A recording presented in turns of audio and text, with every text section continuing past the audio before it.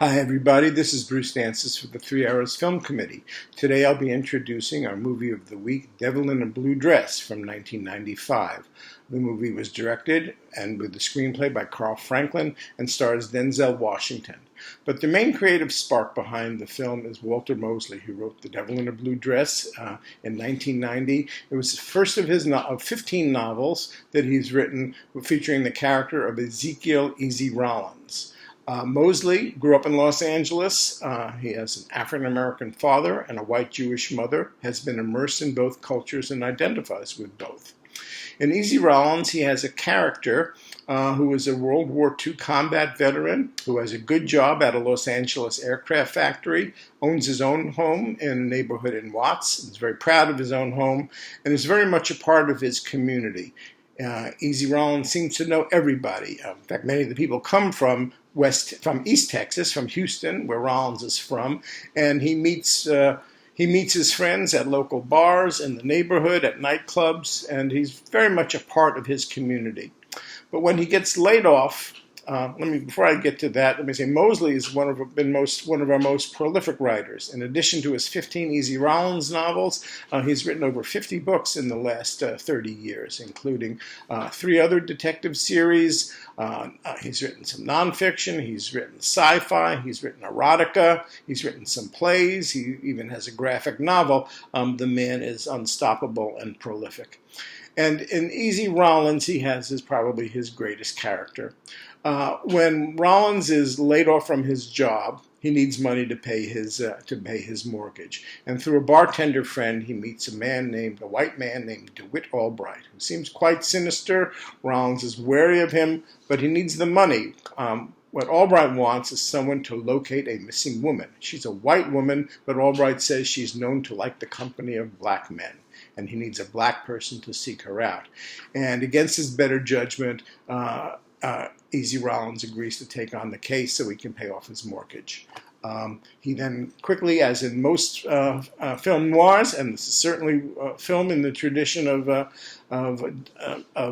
Dashiell Hammett's Sam Spade and Raymond Chandler's Philip Marlowe, he encounters greed, he encounters murder, blackmail, but the additional thing he encounters is racism, because the Easy Rollins books take a look at Los Angeles that all the other crime writers have not looked at, or at least all the other white crime writers, which is black Los Angeles, centered in Watts and the cultural life on Central Avenue and South Central LA.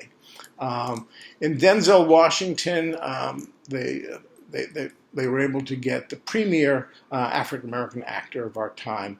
Washington has received 2 Oscars, one for Best Supporting Actor in Glory as a Civil War soldier, and then as a Best Actor award for playing a corrupt cop in Training Day.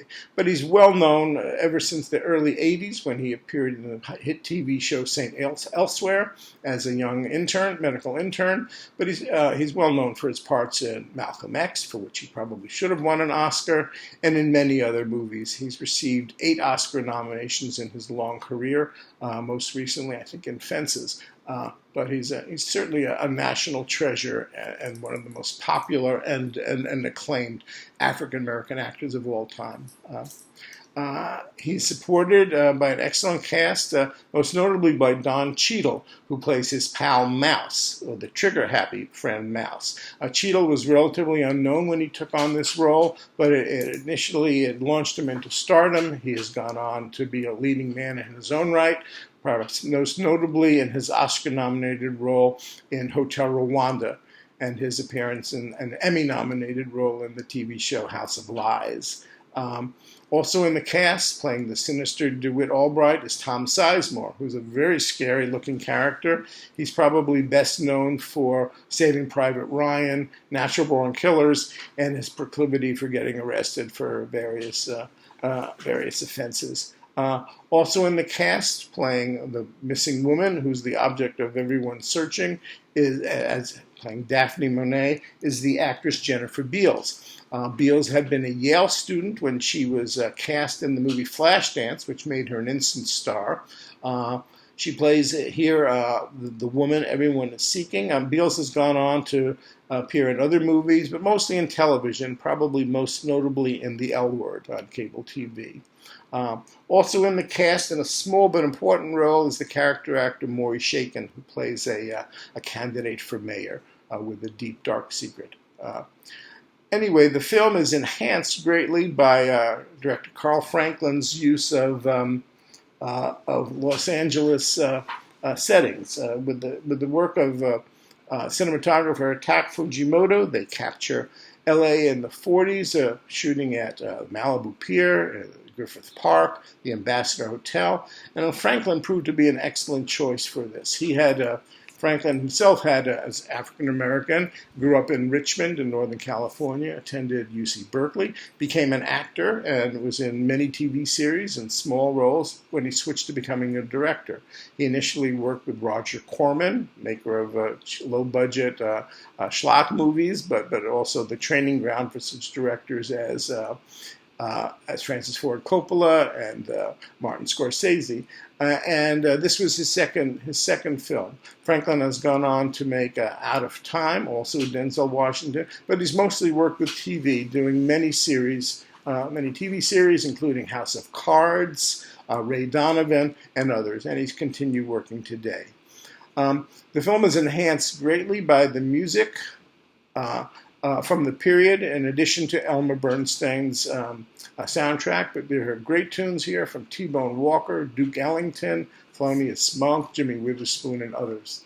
The film is amazing in its taking you and making a person who's never been in 1948 Los Angeles or is African American into what life was like at that time.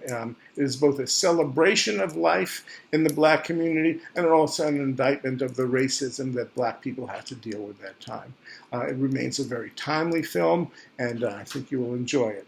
Now, surprisingly, this movie was not a great hit, even though it received very good reviews in general from critics. It cost $27 million to make and only brought in $17 million at the box office. And we can talk about why it didn't become a good hit when we discuss the movie. But I think you'll enjoy it. I certainly enjoyed watching it again to prepare for this presentation, and have fun with A Devil in a Blue Dress.